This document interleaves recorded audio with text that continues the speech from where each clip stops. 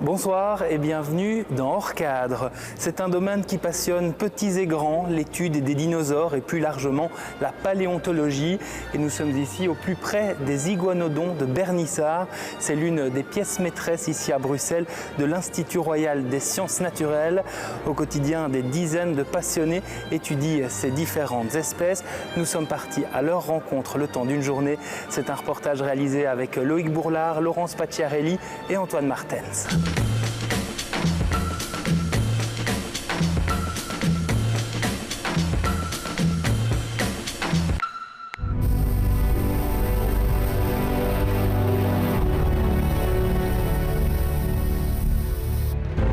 Minutieusement, il dégage des morceaux d'histoire. Dans ces blocs de pierre, les ossements d'un dinosaure. Donc là on a de la queue, là on a les lions. Qu'est-ce que c'est que ce truc? Comme un gigantesque puzzle pour ces passionnés de l'Institut des sciences naturelles. Depuis des décennies, ils étudient dinosaures, fossiles, espèces préhistoriques et autres traces du passé. Serait-ce un caca de dinosaure? That's the question. Des recherches menées dans les coulisses du musée, qui abrite la plus grande galerie d'Europe consacrée aux dinosaures. Aux côtés des géants du passé, plongés avec nos paléontologues aux origines du vivant.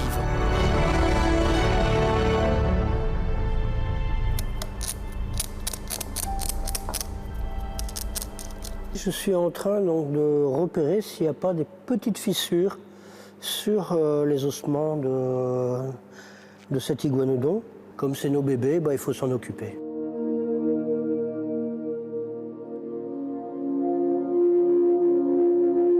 Un moment suspendu dans la vitrine des célèbres iguanodons de Bernissart. Stéphane est préparateur. Il entretient ses ossements presque toutes les semaines. Le spécimen que vous avez ici, c'est l'holotype.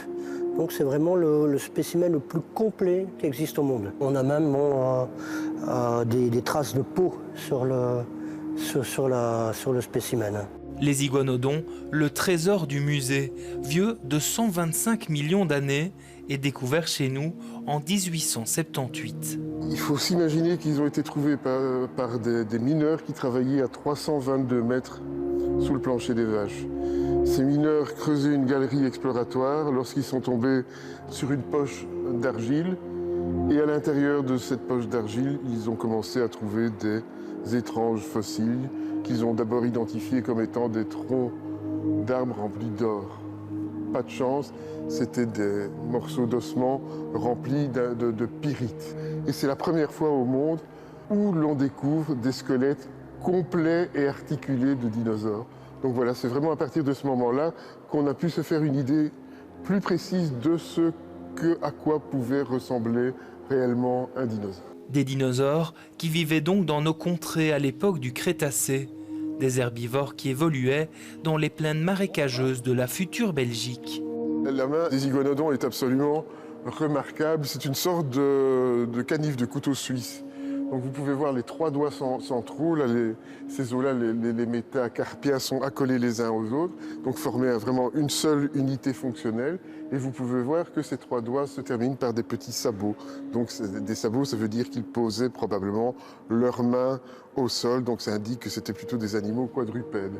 Alors le petit doigt était très allongé, était très flexible, et ça leur servait probablement à pouvoir agripper des branches pour pouvoir se nourrir. Si les iguanodons sont une espèce très connue de dinosaures, les laboratoires abritent aussi des spécimens bien plus mystérieux.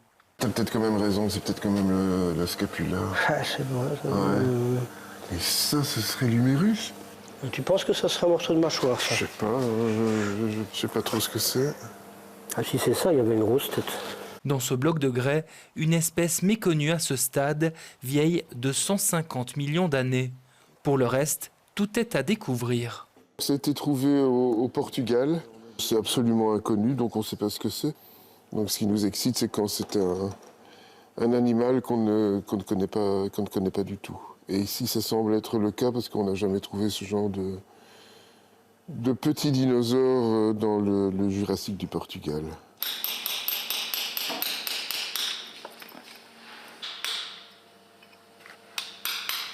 Pour l'étudier, reste à le dégager doucement. C'est des travails de fourmis aussi, hein, parce que bon, donc ici le but c'est de scier complètement cette partie-ci. Maintenant c'est un peu comme un millefeuille, hein, donc vous voyez, vous avez vraiment différentes couches. Donc je vais enlever une première couche, regarder s'il y a du matériel, puis aller un petit peu en dessous. Refaire partir une deuxième couche, une troisième couche. C'est un peu une chasse au trésor en plus. Bon, voilà, on sait pas qu'est-ce qu'on a en dessous. En plus, bon, voilà, c'est du nouveau matériel. On sait que ça va être étudié. On sait qu'il y aura une publication scientifique qui va à l'arrière. On pourra peut-être faire une reproduction en 3 dimensions de la bête. Vraiment pour voir à quoi ça ressemblait.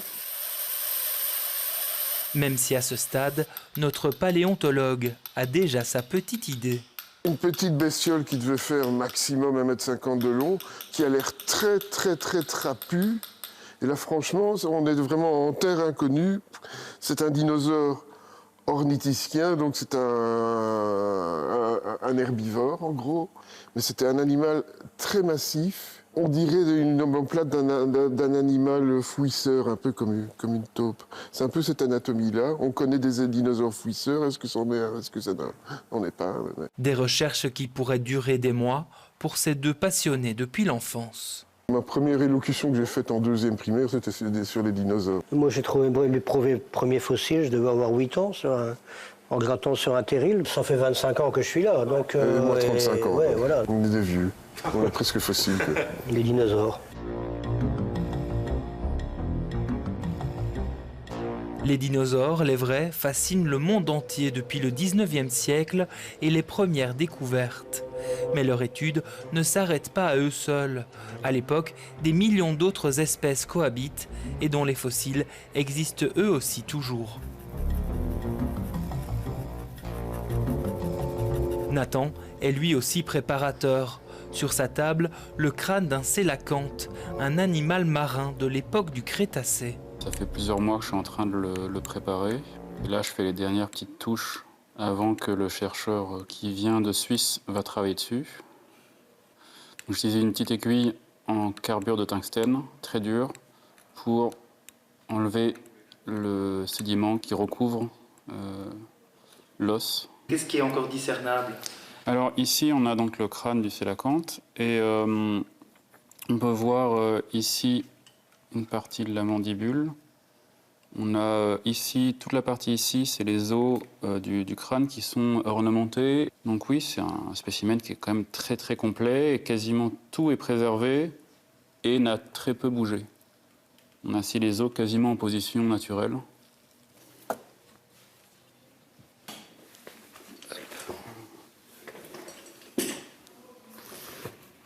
Et donc là, je vais utiliser une sableuse pour projeter la poudre de fer.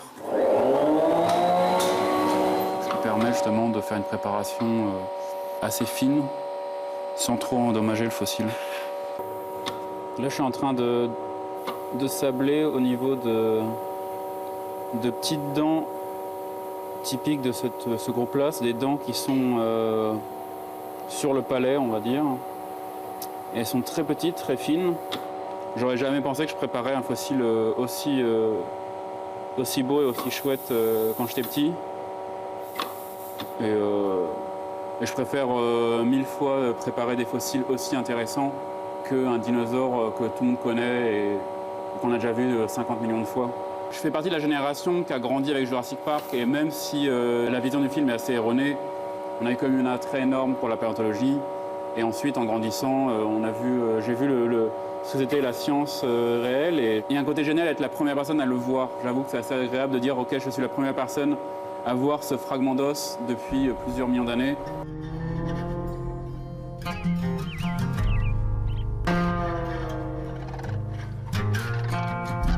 Voir de ses yeux les traces d'un passé si lointain, en laboratoire, mais aussi d'abord sur le terrain.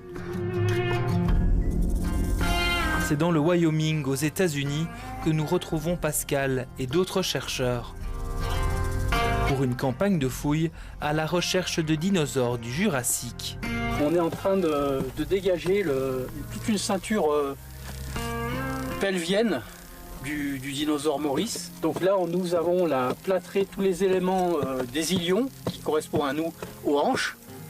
On a exhumé aussi les fémurs la semaine dernière. Donc on travaille des petits outils. Donc Aurore est en train de dégager finement les fines lames osseuses de ce Saint-Sacrum. Si les budgets le permettent, l'idée est de pouvoir mener des fouilles une fois par an. En tant que paléontologue, ce qu'on adore, c'est aller sur le terrain et pouvoir découvrir vraiment nos propres fossiles. Ça, c'est la chasse au trésor, hein. C'est vraiment le cœur de notre métier. Là, vraiment qu'on a l'opportunité de pouvoir aller fouiller des sites absolument extraordinaires. Pour nous, c'est le paradis. Ici, au Wyoming, c'est un autre dinosaure qui a été découvert il y a quelques années. Arcane, aujourd'hui exposé à Bruxelles. C'est pas un T-Rex, c'est un allosaure. Le T-Rex a vécu il y a 65 millions d'années.